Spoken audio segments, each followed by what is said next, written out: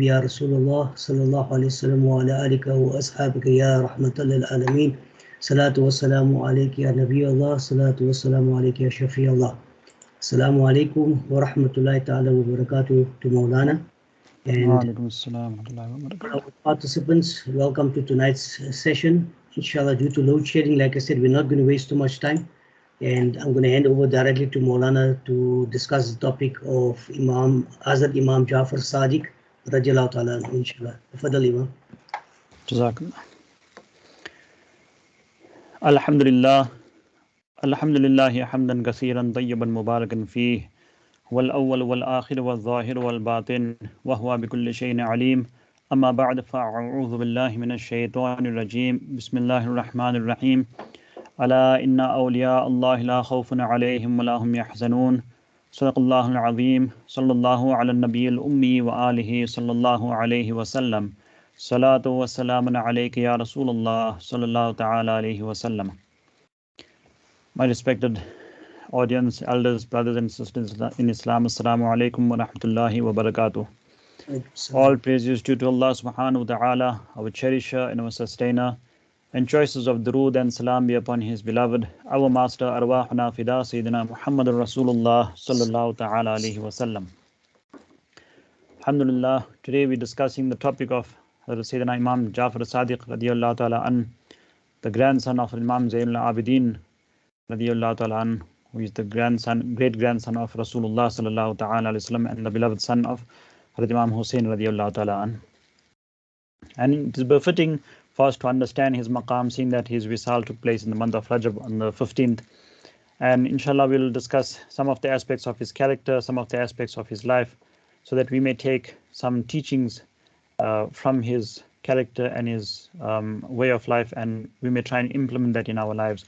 Alhamdulillah, during this month we find that many of the Muslims, they practice on the Kheer Puri Niyaz, and alhamdulillah there's nothing wrong in this, and it's a means of sawab and a means of blessings. But one thing we need to remember is, more important than the niyaz, it is important for us to learn from his life and practice on the teachings that he has taught us. Remember, the niyaz itself is a mustahab act, and we do gain blessings from it. But we need to be cognizant of the fact that there are some narrations and some stories that are associated with the Kheer Puri Niyaz that are not actually authentic, like the story of the woodcutter, etc.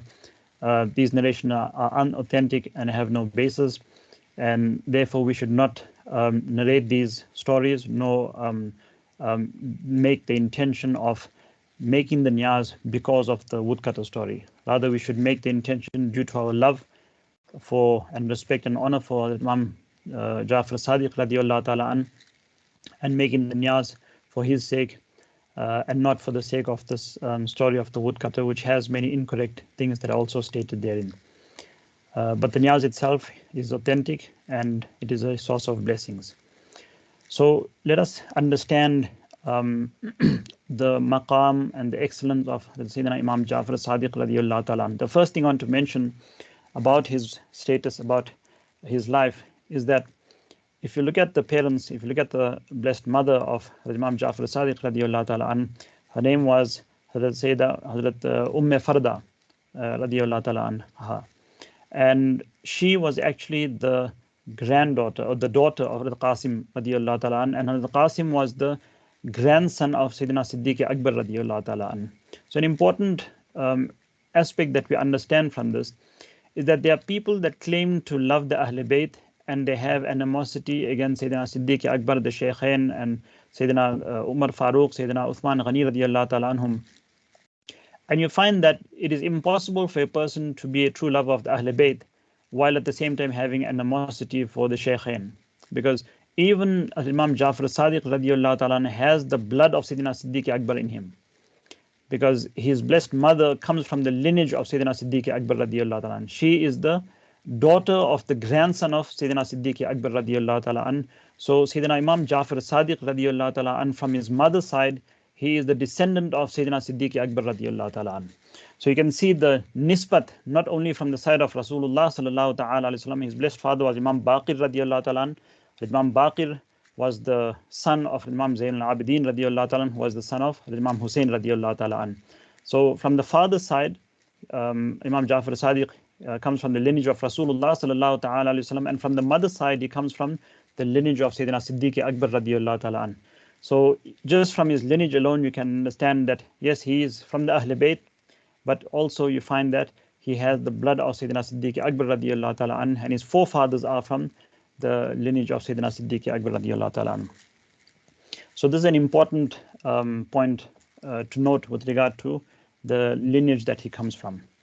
Then when you look at the character of Sayyidina Imam Jafar as-Sadiq radiallahu ta'ala, you find that he was a very humble personality. He was full of humility. Even though he was such an exalted person, he was such an honorable person, and he had a great maqam, not only in terms of being from the Ahl Bayt, not only from being from the family of Rasulullah sallallahu ta'ala alayhi wasallam, but also in terms of being a great wali of Allah subhanahu wa ta'ala.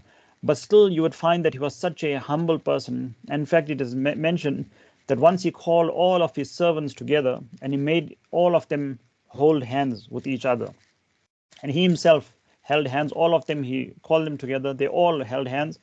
And he said to them, let us hold hands and let us make a promise that on the day of judgment, that amongst us, whoever is the first to attain salvation, then he will intercede on behalf of the others amongst us here. So when he said this, then his servants, they responded and they said, "Oh Ibn Rasul, for what reason do you need our intercession? When your beloved grandfather Rasulullah sallallahu ta'ala alayhi wasallam, he will intercede for the entire ummah and the entire creation." So Imam Jafar as-Sadiq radiallahu anhu, then he replied and he said, "I am ashamed to take my deeds and stand before my forefather Rasulullah sallallahu ta'ala alayhi wasallam." Allahu Akbar. Imagine Sayyidina Imam Jafar as-Sadiq radiallahu anhu having such an exalted character, having such a great maqam and such a great excellence. He is mentioning, he is holding hands with his own servants and saying that amongst us, whoever is the first to attain salvation, then he should intercede for the rest of us. This is the type of humility he had. He did not bank on his own good deeds. He did not bank on his connection with Rasulullah sallallahu ta'ala alayhi wasallam. This is the level of piety. This is the level of fear that he had.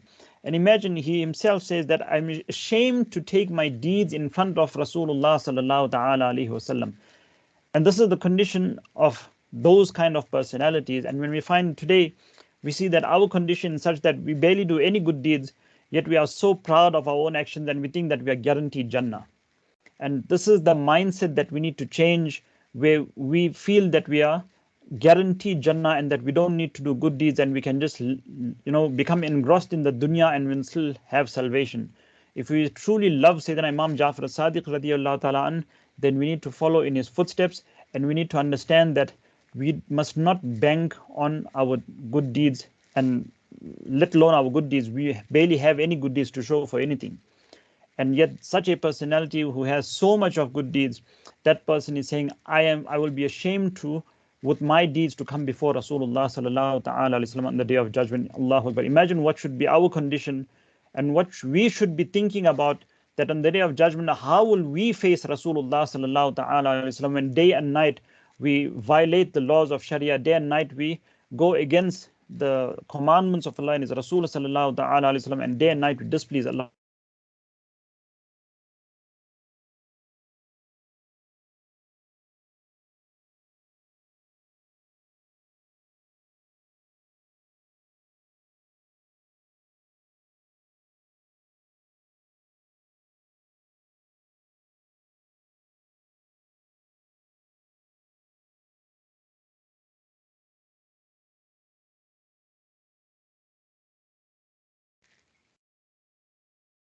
Maulana, I think you got frozen there. Can you hear me now? Ji, can hear you now. Okay. Ji, Allahumma salli ala Sayyidina wa Maulana Muhammadin wa ala al-judi wal karami wa alihi wa barik wa sallim. So I was mentioning that Sayyidina Imam Malik radiyallahu ta'ala an, he mentions that I spent a very long time serving Sayyidina Imam Jafar as-Sadiq radiyallahu ta'ala an, and he says, I always found him engrossed in one of three ibadats. And again, this is something for us to learn from the life of Imam Jafar al-Sadiq radiallahu ta'ala and try and implement this in our lives if we truly love him. He says, Imam Malik says that either he was in namaz, or he was engrossed in recitation of the Holy Quran, or I found him in the state of fasting. So these are those three ibadats, those three forms of worship that Imam Jafar al-Sadiq was constantly engrossed in. And Imam Malik says that I found him either in one of these three forms of ibadat, engrossed in namaz, engrossed in recitation of the Holy Quran, or he was in a state of fasting. So let us also try to perform our 5 times namaz, and also to engross ourselves in the recitation of the Holy Quran, not just because Ramadan is coming, but throughout the entire year. And also to, apart from in Ramadan, to also fast, as it is the sunnah of Rasulullah sallallahu ta'ala alayhi wasallam. And then if you look at the character of Sayyidina Imam Jafar Sadiq in terms of not just humility, but in terms of tolerance. Today there is a huge lack of tolerance and forbearance and patience in our communities. And because of this, we find that there are a lot of problems, there are a lot of strife, there are a lot of miscommunication, a lot of arguments and those kind of things that arise because of our own lack of forbearance and tolerance. And he teaches us a beautiful lesson about how not to worry about people, but to worry about the pleasure of Allah and His Rasul sallallahu ta'ala alayhi wasallam. And again, this is something for us to ponder over when we look at our own lives today and how we conduct ourselves, and we look at the life of Sayyidina Imam Jafar Sadiq radiallahu ta'ala and how he conducted himself. So it is mentioned that once a man lost his purse, and he had quite a bit of money in his purse, and he was walking close to Imam Jafar Sadiq radiallahu ta'ala at the time that he lost his purse. So he immediately accused Imam Jafar Sadiq, because he was walking close to him. He accused Imam Jafar Sadiq radiallahu ta'ala of stealing his money, of stealing his purse. Now, he at the time didn't know who Imam Jafar Sadiq was. He just thought, this is a person that's walking close to me and he must have taken my purse. So Imam Jafar Sadiq radiallahu ta'ala, after being accused, now imagine if it was one of us in that situation, we would have immediately blurted out to the person, retorted to him saying, how can you accuse me of such a thing? I did not take your wallet, those kind of things. Imam Jafar Sadiq was completely silent and at peace, and he did not retort back to the person. In fact, he asked him, how much did you have in your purse? The person says, I had 1,000 dinars in my purse. So Imam Jafar Sadiq radiallahu anhu takes him home, and he gives him 1,000 dinars from his own wealth. Now imagine, firstly, he didn't take the person's purse. Secondly, the person has wronged him by accusing him of taking his money. And what does Imam Jafar Sadiq do? Instead of arguing with him or trying to defend himself, he actually blesses the person and gives him 1,000 dinars from his own wealth. And the person goes away. The next day, the person actually finds his purse with his money, with his 1,000 dinars. And he comes to Imam Jafar Sadiq radiallahu anhu to return his money. And Imam Jafar Sadiq says to him, we do not take back what we have already given. So he gave this for the sake of Allah subhanahu wa ta'ala, with no intention of taking it back when the person found his actual wealth. And up until this point, this person did not know who he was. And he asked some people, who is this personality? And when they told him that this is Imam Jafar Sadiq radiallahu ta'ala an, then he became ashamed of his actions and he regretted what he had done. And again, this is the kind of character that Imam Jafar Sadiq had. This is how he conducted himself. This is the level of forbearance, the level of patience, the level of tolerance that he had, even when somebody falsely accused him, that instead of retorting back to him, instead of defending himself, he actually blessed the person with wealth. So this is the shan of Sayyidina Imam Jafar Sadiq radiallahu ta'ala an.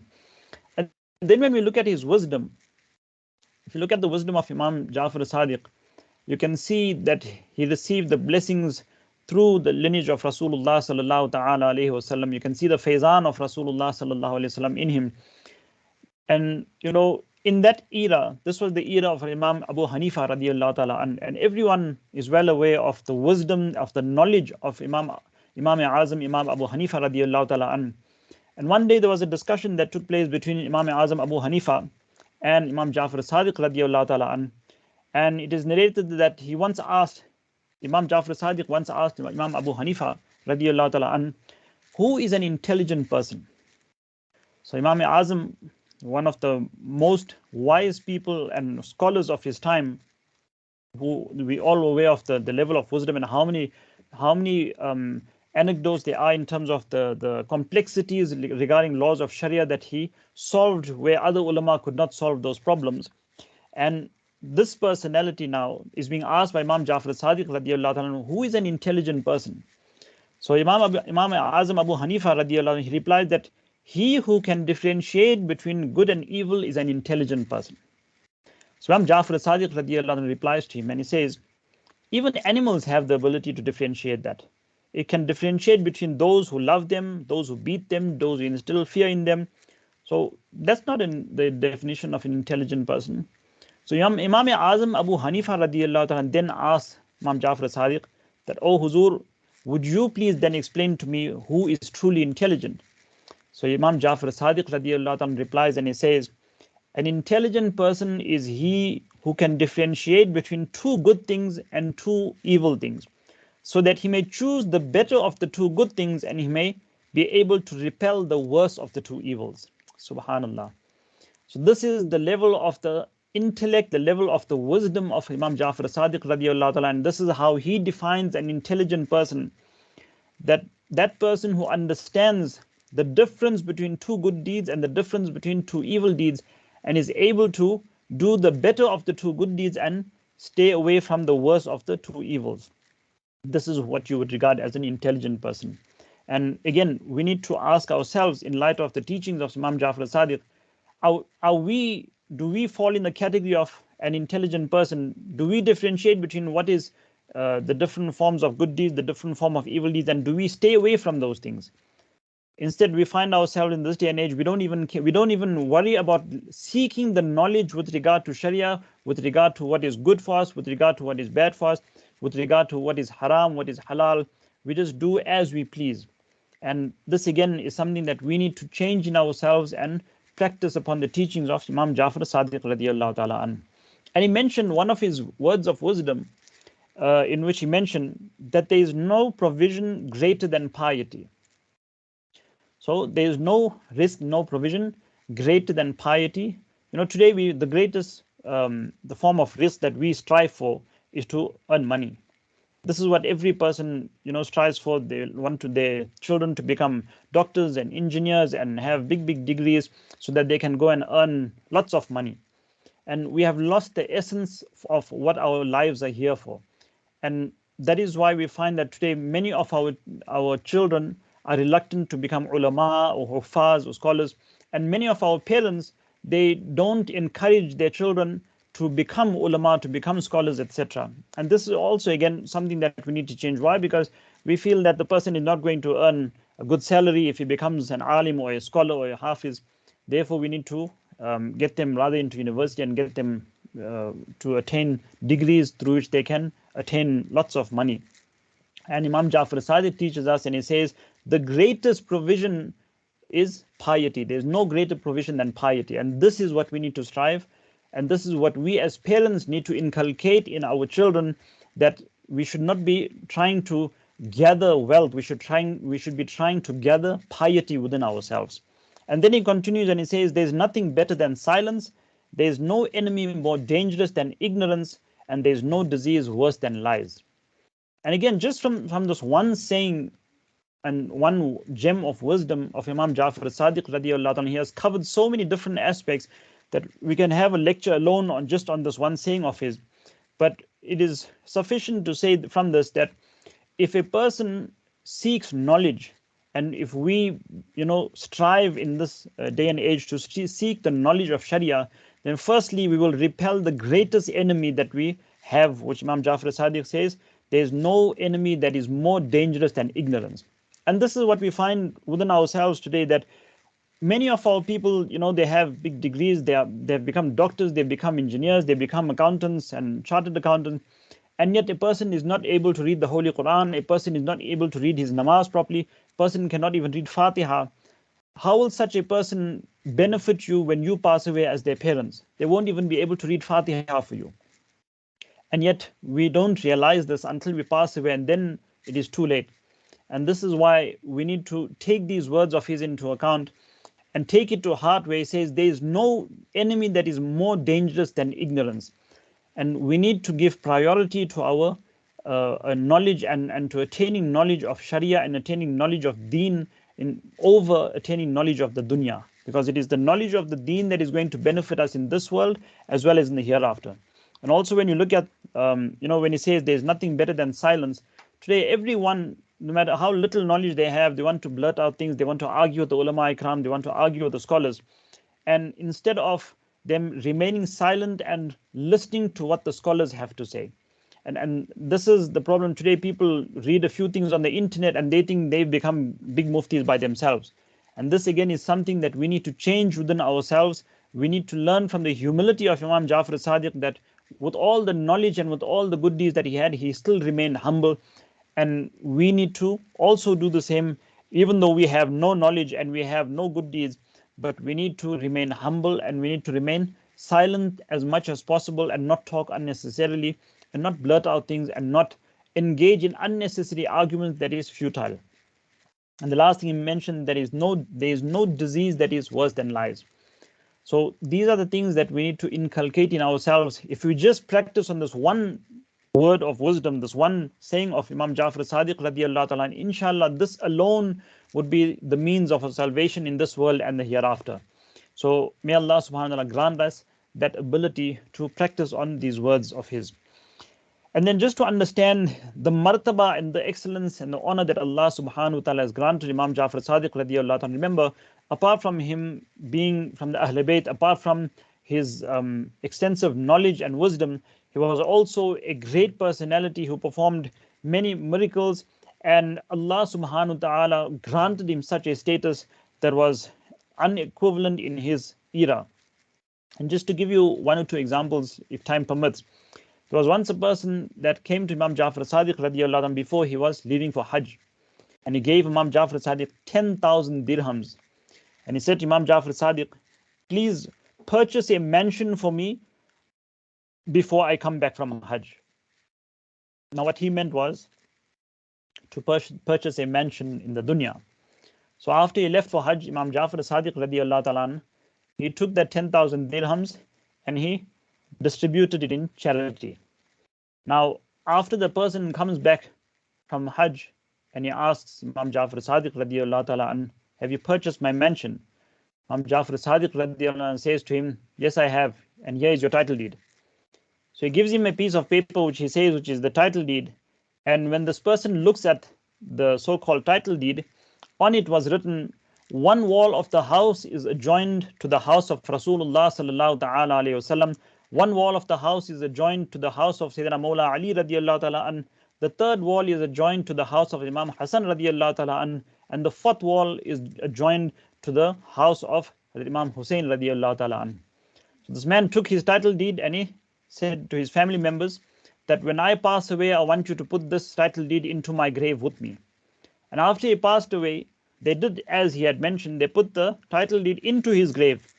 And after that, they found that after he was buried, then when they came back, they found that that same title deed was on top of his grave, was lying there on top of his grave. And when they picked it up and they looked at it, it was the same title deed that he had read to them. And on the reverse side was written on it, Imam Jafar as-Sadiq radiyallahu ta'ala was honest and loyal in what he said. So after going into the alam and barzakh, after going into the alam of the hereafter, then he realized and he saw that whatever Imam Jafar as-Sadiq radiyallahu ta'ala had told him with regard to his mention of the hereafter, that was actually true. So this is the shan of Imam Jafar as-Sadiq radiyallahu ta'ala, that when he promised a person a mention in the hereafter, then the person goes in his grave and realizes that he was true and loyal in what he had said. And then for us to understand, to have animosity against Ahl Bayt, to have animosity against those who are the family members of Rasulullah sallallahu ta'ala alayhi wasallam, those in the past have learned,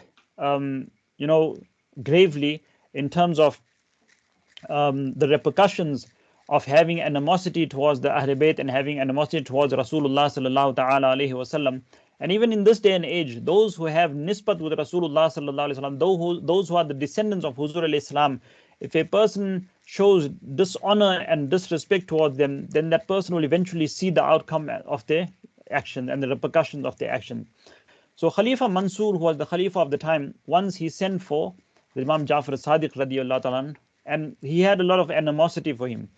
So he summoned him, and he said to his minister that when Imam Jafar as-Sadiq radiallahu ta'ala arrives into my court, he says that when I remove my crown, that will be an ishara, that will be a sign for you. When I lift my crown from my head, then you must kill Imam Jafar as-Sadiq radiallahu ta'ala anhu. So the minister, he did not like this act that the Khalifa wanted to do. So he says to him that, it is not nice, it is very wrong to kill a pious person, and that too a person who is from the Ahl Bayt, who is a descendant of Rasulullah sallallahu ta'ala alayhi wasallam. The Khalifa didn't take any heed of his advice, and he said, you will do as I have said. So eventually, when Imam Jafar as-Sadiq radiallahu ta'ala, when he comes into the court in the king's palace, then instead of when all of the servants are waiting for him to remove his crown from his head so that they can carry out his commandment, they found that he immediately, when he sees Imam Jafar as-Sadiq radiallahu ta'ala, he himself comes down from his throne and he welcomes Imam Jafar as-Sadiq with utmost humility, with utmost respect and honor. And he then takes Imam Jafar as-Sadiq radiallahu ta'ala and places him on his throne, and Khalifa Mansur himself sits on the floor by his feet. Now the people became shocked. Now they thought, when did this change of plan happen? He did not mention to us now what we need to do. So they became confused, and the Khalifa Mansur, he says eventually to Imam Jafar as-Sadiq, please give me some advice. And Imam Jafar as-Sadiq radiallahu anhu says to him that in future you should not summon me to your court, as I wish to remain engrossed in ibadat. And Khalifa Mansur started to tremble in fear, and Imam Jafar as-Sadiq then left the palace. Afterwards, the minister comes to the Khalifa Mansur and he asks him that you told us that you're going to take your crown off and then we must kill Imam Jafar as-Sadiq, but you did completely something different, and we were confused of why you did something like this.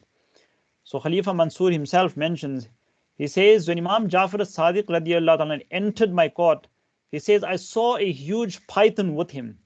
He says the python had its one lip over my throne and one under my throne, and it spoke to me and it said that if I ever tried to harm the Imam, then he would consume me with my throne. And that is why I behaved in the manner that I did. So this is the shan of Imam Jafar as-Sadiq radiallahu ta'ala anhu, that even the enemies were unable to do anything to him, and Allah subhanahu wa ta'ala through his qudrat, he subdued the enemies of Imam Jafar as-Sadiq radiallahu ta'ala. And this is the kind of personality, this is the caliber of person that Imam Jafar as-Sadiq radiallahu ta'ala anhu was.